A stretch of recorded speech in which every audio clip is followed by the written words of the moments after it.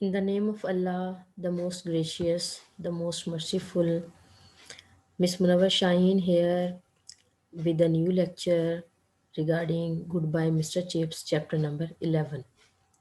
In my previous lecture, I discussed the summary of chapter 11 of Goodbye Mr. Chips, written by James Hilton.